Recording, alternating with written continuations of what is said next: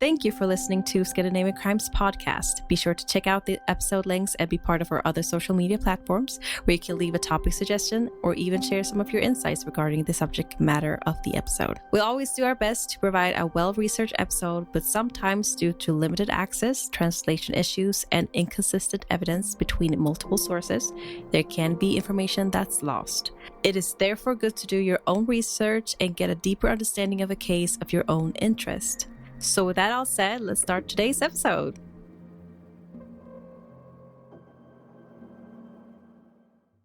Welcome to Scandinavian Crimes. My name is Devante, and say hello to my lovely co-host, Delila. Hi. And on this podcast, we talk about famous Scandinavian criminals who made their mark throughout Scandinavian history. So welcome to another episode. This is going to be I say this about every episode. I think every episode is juicy. I feel like but this you episode, say that to every episode. So. Yes, I say that every episode. So never mind what I say. It's all up to you how you feel about the episode. But this is nonetheless one of those cases that are it's just a huge mystery. On July 3rd, 1988, 9-year-old Therese Johannessen vanished without a trace from Drammen, Norway. She had been playing outside near her home just like any other summer evening, but when night fell, she never returned. Despite an immediate and extensive search operation, she was never found. Over the years, multiple theories emerged, but for decades, the case remained unsolved, leaving her family without any closure. Her disappearance quickly became one of Norway's most high-profile missing person cases. It led to the most extensive criminal investigation in Norwegian history. And before we definitely start the story, we want to give a shout out to Lars. Lars has been one of our earliest listeners who's always, showed love, and whenever they find out about a case, they just show so much interest in sending stories. So we want to make sure that Lars gets the love and appreciation. Shout out to Lars. Woo. Applause. Because this is what the podcast is for, just to communicate these stories and get people's differences of opinions. This is what makes it fun. It makes it fun. We get to communicate with people. So love you, appreciate you. And thanks for listening. You already know what I'm about to say. Grab your tea, grab your snacks. If you're on your way to work, tuck yourself into that favorite corner of yours on the bus or the train and really tuck in those headphones nice and snug, because this is the disappearance of Therese Johannessen. On a warm summer evening in 1988, 9-year-old Therese Johannessen was playing outside near her home in the Fjell district in Drammen. The area was a lively, densely populated neighborhood filled with apartment buildings and families with young children. Like most kids her age, Therese loved playing with her friends, especially the ones close to home. But on July 3rd, everything changed. That evening after dinner, Therese and her younger sister, Elena, went outside to play. Their mother, Inger-Lise, sat outside with neighbors enjoying a cup of coffee. As she chatted, she suddenly remembered her laundry and reminded her daughters not to go too far before heading down to the basement laundry room. When she returned to the apartment, her husband was watching TV and she noticed that the rain had started to fall. Moments later, the doorbell rang. It was the girls, asking for umbrellas so that they could stay outside a little longer. Inger-Lise agreed, but made them promise to stay close to their building. Not long after, Elena returned with a friend, asking permission to go to the kiosk. Inger-Lise agreed, but noticed that Therese wasn't with them. She didn't want to come. She went to Annette's, Elena said. At first, Inger-Lise wasn't worried. Annette was one of Therese's friends who lived upstairs.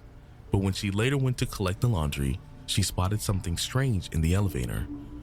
Therese's bike and umbrella left unattended. A sense of unease washed over Inger-Lise. Therese would never leave her things like that. Panic began to set in as she rushed downstairs, frantically scanning the area. But Therese was nowhere in sight. She hurried to the phone and called Annette's mother, but the answer made her stomach drop. Therese had never been there. Inger-Lise ran through the neighborhood knocking on doors, shouting for her daughter. She called her husband, hoping Therese had returned home, but there was no sign of her. As night fell and Therese remained missing, worry turned to alarm. The police were soon alerted and the intensive search operation was launched. No one knew it at the time, but that night marked the beginning of one of Norway's most notorious missing person cases. Norwegian police wasted no time and launched an extensive search throughout the Fjell district, combing through playgrounds, wooded areas, and nearby buildings. They interviewed witnesses, but no one recalled seeing what had happened to Therese. Neighbors joined the police on the search, calling out Therese's name and knocking on doors, hoping someone had seen her. Despite the widespread efforts, no substantial leads emerged. The search extended into the forest and open areas surrounding Fjell. Helicopters, sniffer dogs, and divers were deployed to examine every possible location, but there was no trace of Therese. As days turned to weeks, concern deepened. With no body, no witnesses, and no evidence, investigators struggled to determine whether Therese had been abducted or if she had wandered off and met with an accident. The lack of answers led to countless theories and speculations, but none brought them closer to finding out what had happened to Therese that summer evening. One of the earliest theories suggested that Therese had been abducted. Some neighbors recalled seeing an unfamiliar car in the area around the time she vanished, but the lead never produced concrete results. Another theory proposed that she may have fallen into a nearby river or become trapped somewhere, yet despite extensive searches, no evidence supported this idea. Months passed, and soon the case began to go cold. Without any solid evidence or new leads, the police struggled to make progress. For years, the mystery remained unsolved with little to no breakthroughs. Then in July 1996, nearly 8 years after Therese's disappearance, a Swedish man named Sture Bergwall, then known by the alias Thomas Quick, confessed to abducting, murdering, and disposing of Therese's remains. He was no ordinary suspect. He had already confessed and taken responsibility for several unsolved murders across Sweden, Norway, and Finland. At the time, Thomas was confined to the high-security psychiatric hospital Säter Clinic in Sweden. During therapy sessions, he began making confessions to a series of violent crimes, including Therese's murder. His detailed statements seemed to provide long-awaited answers to some of Scandinavia's most troubling cold cases.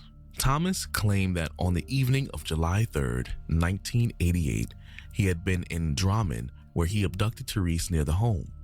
He described how he had lured Therese away before ultimately murdering her and disposing of her remains in a remote, undisclosed location.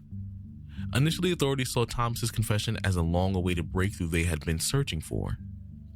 Eager to close the case, investigators began assembling evidence to support his claims, combining his statements with circumstantial evidence. However, doubts about his credibility soon emerged. While his confession was dramatic and detailed in some areas, it lacked key specifics. A major red flag was in his inability to accurately describe Fjell and the neighborhood where Therese disappeared. Instead of identifying it as a dense high-rise apartment district, he described it as an area of small detached houses, an obvious contradiction.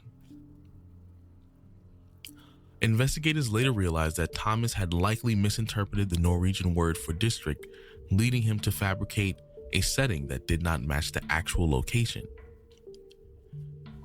Moreover, he struggled to recall even basic details about Therese. When questioned about her clothing and appearance, his responses were vague and often contradicted known facts. His descriptions of the alleged crime scene were inconsistent, and he failed to provide a plausible explanation for the disposal of her remains. Despite these inconsistencies, Thomas's confession was treated as truth. In 1998, he was convicted of multiple murders, including Therese's. The ruling relied almost entirely on his words, as no physical evidence linked him to any of the crimes. At the time, psychological theory suggested that Thomas was subconsciously recovering repressed memories through therapy. His confessions were reinforced by suggestive questioning from therapists and investigators who appeared eager to close several unsolved cases with his testimony. Additionally, Thomas was under the influence of heavy psychiatric medication, which further clouded his judgment and likely played a role in his willingness to fabricate stories. For years, Thomas remained convicted of Therese's murder, leaving her family and the public to believe that her fate had finally been determined. However, the truth was far more complicated, and years later, everything would unravel. In 2008, he retracted all his confessions, revealing that he had fabricated them under the influence of medication and therapy sessions that encouraged him to remember crimes he had not committed. Just in case you're a new listener, we did cover the Thomas Quick cases. Subsequent investigations confirmed that there was no physical evidence linking Thomas to any of the murders.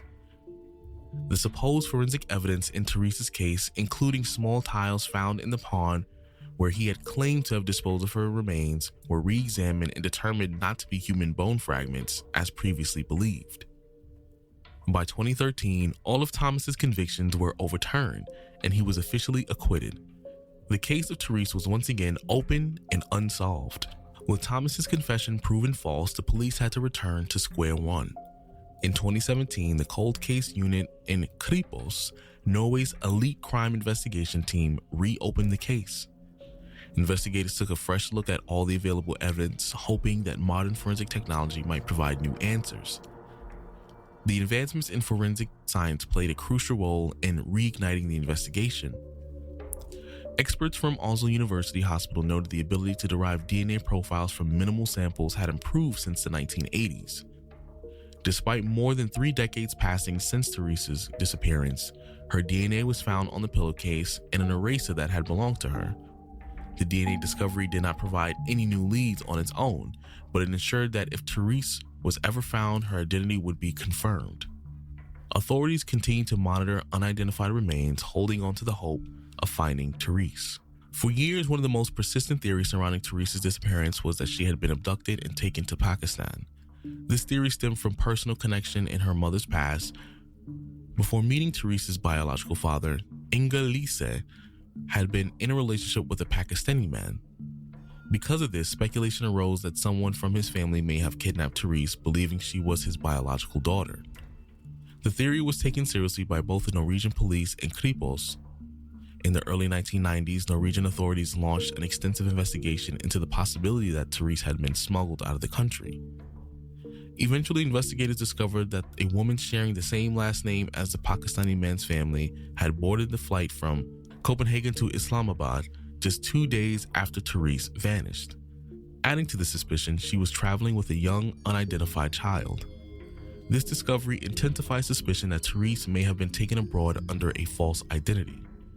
Investigators explored the possibility that someone with the Pakistani man's family had orchestrated her abduction and arranged for her to be smuggled out of Norway. Desperate for years, the Johannessen family also considered this theory a real possibility. To verify the lead, authorities examined passengers' lists, immigration records, and any available documentation of children traveling with adults on flights departing from Oslo and Copenhagen. However, despite their extensive efforts, no definitive proof emerged that the unidentified child on the Copenhagen-Islamabad flight was Therese. In 2020, Norwegian investigators revisited the Pakistani lead with modern forensic and investigative tools. With advancements in international record-keeping and digital archives, law enforcement was finally able to identify the woman and child who had traveled to Islamabad in 1988. Their findings debunked the theory entirely. The woman had no connection to the Pakistani man, nor to Therese's disappearance. The child accompanying her was not Therese, but a biologically confirmed relative of that woman. Additionally, Norwegian police, working with Pakistani authorities, reviewed records of children entering Pakistan during the time. No evidence was found that supported the claim that a Norwegian child had been smuggled into the country. Investigators then determined that there was no credible link between the Pakistani man, his family, and Therese's disappearance. Following these findings, Kripos officially closed the Pakistani track. The closure of this lead was another frustrating dead end in a case that had already suffered from misinformation, false confessions, and investigative missteps. While ruling out the Pakistan theory, a long-standing suspicion, it also meant that the mystery surrounding Therese's fate remained as uncertain as ever. The Therese case remains one of Norway's most haunting mysteries. While justice was served in the wrongful conviction of Thomas Quick, the real question remains: what happened to Therese on the summer evening of 1988? Until the truth is uncovered, her family and the Norwegian authorities will continue searching for answers.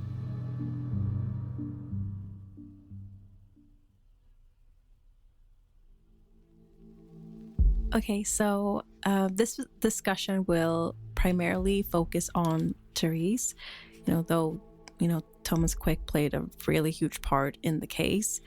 But we feel like we already covered the Thomas Quick case previously, and he has been mentioned in other cases as well.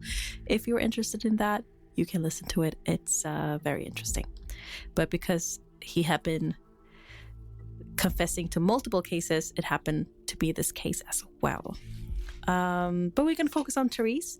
And I actually wanted to ask you, Devante, regarding the Pakistani lead. Do you feel like that she still could have been smuggled and they just was smuggling her out so well that they were not able to find her? Because if you think about it, it was in the 1980s. I don't think it would have been hard to smuggle somebody out of the country compared to nowadays. Even nowadays, you can smuggle people out of the country pretty easily. When it comes to the thing is about this case is there wasn't even any indication that the neighborhood was maybe a prime target for abduction and trafficking. True. Typically, when trafficking takes place, they tend to target specific areas, so like low income areas or areas that have high levels of crime. Specifically because if someone goes missing, people naturally will make assumptions about those people and they won't really investigate any deeper because they'll assume either they're strung out on drugs somewhere or they could have been killed by gun violence or whatever. They don't really take as much effort because they're low risk targets. And I say that in quotes because I think everyone is important, but I know like that's how that motive usually works. So now I don't know if she was trafficked or anything like that specifically, but it still is possible that it's possible she could have still been abducted. And but also it seems like once again they lived in an apartment area, which is still a high foot traffic area, which means. But I find it so weird that nobody, like, there was no witness who could have been like, we saw her. But now that I think about it, it was raining at the time when she disappeared. It might have been dark and stuff, and people, Which kind of lends to kind of my theory about the situation. Now, remember, this is my theory, what I'm about to say, so take this with a grain of salt. And I don't know, maybe this theory. I think it's fine because these are just speculations and theory we based from the. I just want to make sure people understand this. I'm not trying to pass this off as fact, but this is kind of my speculation. So if this is a high foot traffic area, this is the 1980s. This is July, it was like July 1988, something like that. So this is still, my sister was born in 88. So, we did have forms of technology when it comes to DNA. And even I think we had like very, very, very early versions of like CCTV, but it still wasn't heavily implemented in a lot of places. So I'm just assuming, obviously, this place did not have cameras implemented.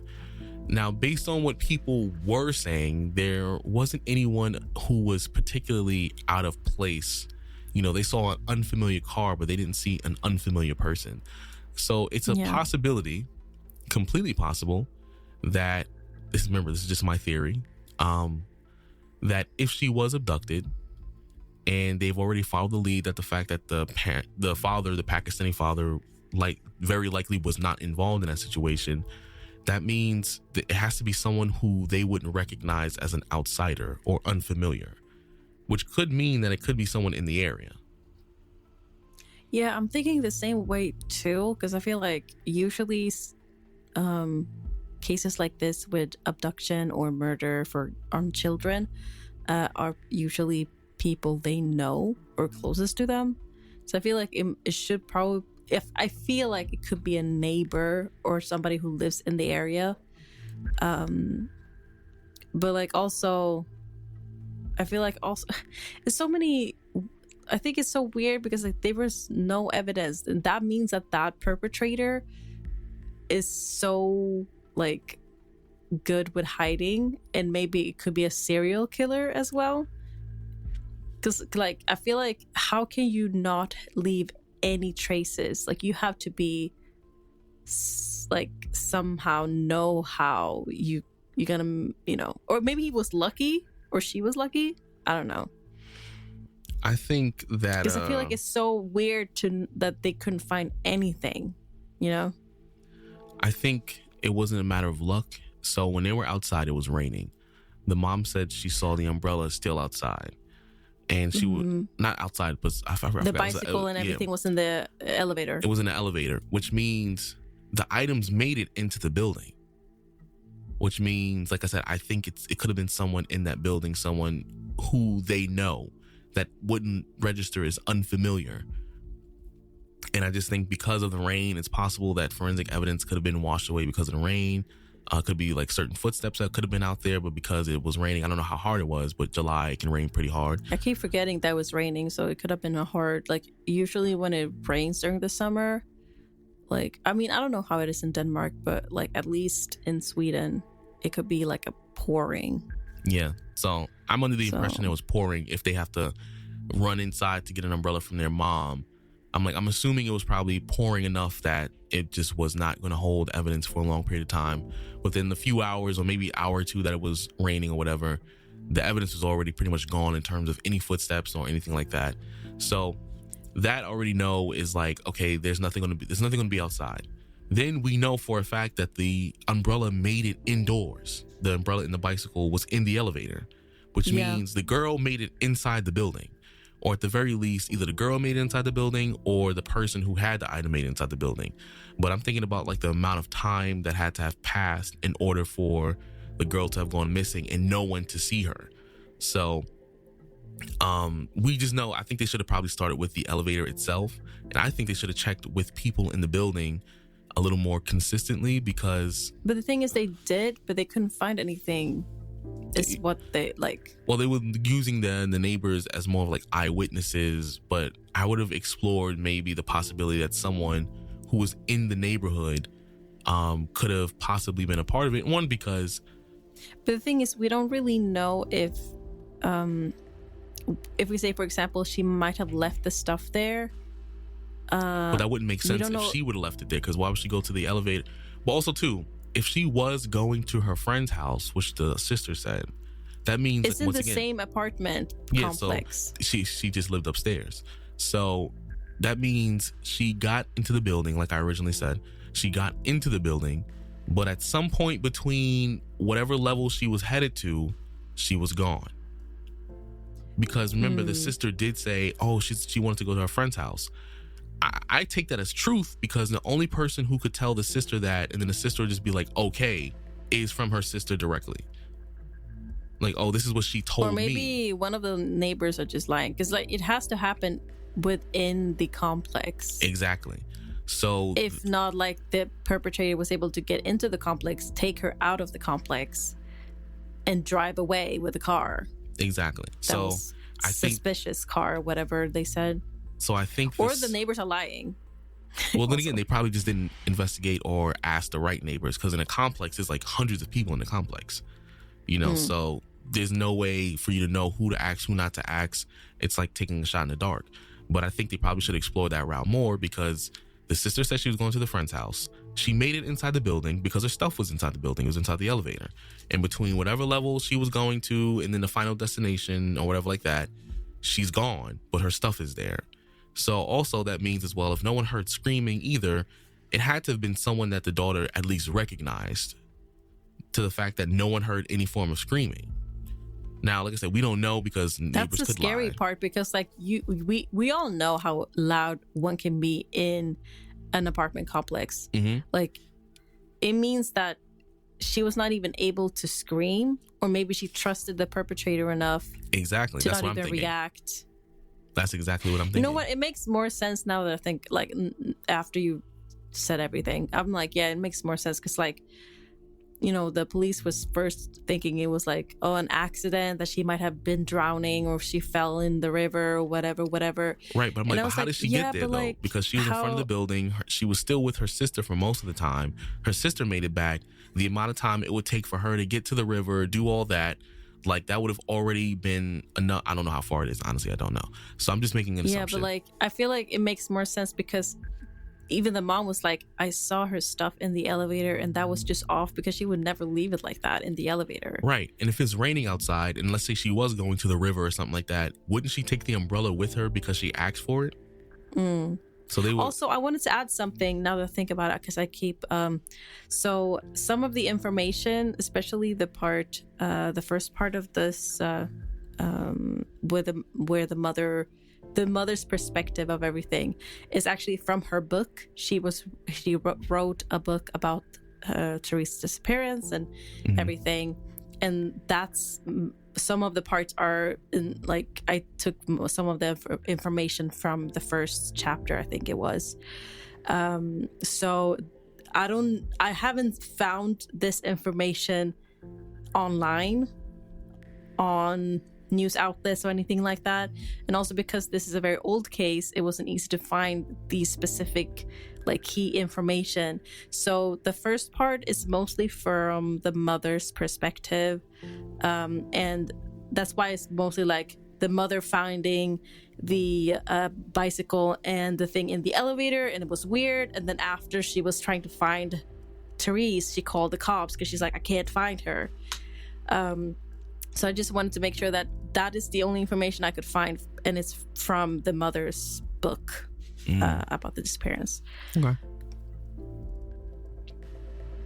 So yeah, that's pretty much everything I have to say about this case. There's a lot of, if you guys are interested about this case, there's a lot of information like podcasts and the book, obviously, if you want to read it. About this case as well, but so far this is the information that I was able to find. It's still unsolved and it's still a cold case. So yeah, I think they should explore that lead with the neighbors. Me personally, there's something going on. I think there's something going on there, but also it's like, I think it's outside the statute of limitation thing. Is that the name of it? Well, statute of limitations, it just means after a certain time you can't be charged. But I believe that doesn't apply years? That doesn't apply to certain crimes. I don't know. It might be different from country to country. So I think if it's for murder, I think it's for every crime, isn't it? No, it's not. I don't know. I'm not too sure about it, but if it does include murder, then I think definitely more information or investigating the neighbors a little bit more could be a good idea. Well, I can at least say in New York specifically, there's no statute of limitations for murder, and I think a lot of places follow that for murder specifically. Is it why it's called cold case? Because it's like it's a case that's not solved, but it's probably a murder. Yeah, because the chances of someone surviving after a certain amount of time, especially child abductions, they decrease drastically every 24 hours. So if it's been years at this point, they're likely more searching for a body than an actual person to be alive, which will then that person can still be charged. If they can get evidence and prove who it is, they'll still be charged. So most places, at least from what I understand, don't have statute of limitations on murder. They will have statute of limitations on things like sexual assault, things like that are technically the person survived. So you have a certain amount of time before you have to say like, okay, we have to let it go. It's past a certain point anyway. Because the reason I'm saying that it was because if it's kidnapping, you don't know if they're dead or alive. So therefore there could be a statute of limitation. I think kidnapping applies where statute of limitation with the murder wouldn't. Yeah, so I think, but like I said, it's different wherever you are. So I can't say absolutely. But so why am I feeling? Why is it? Where would it apply to then? I don't know. Okay. Like I said, it applies to crimes that you survive. And kidnapping, for example, especially kidnapping of this scale.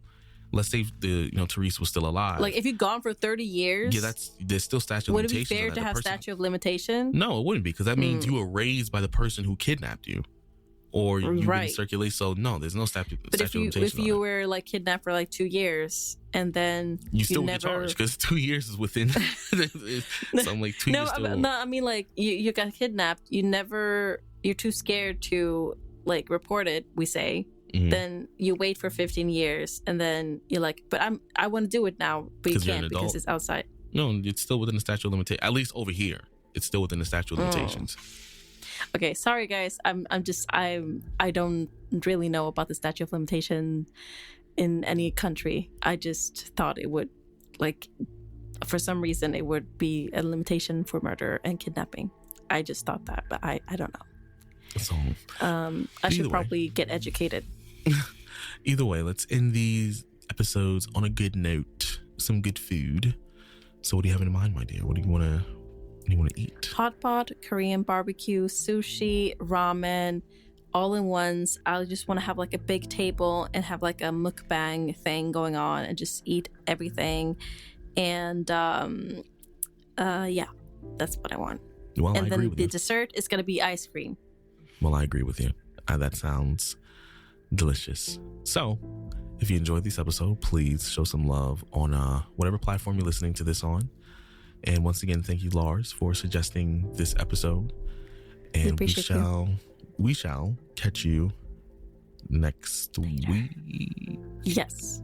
Next week. So appreciate y'all. Love y'all. And okay. Bye. Bye.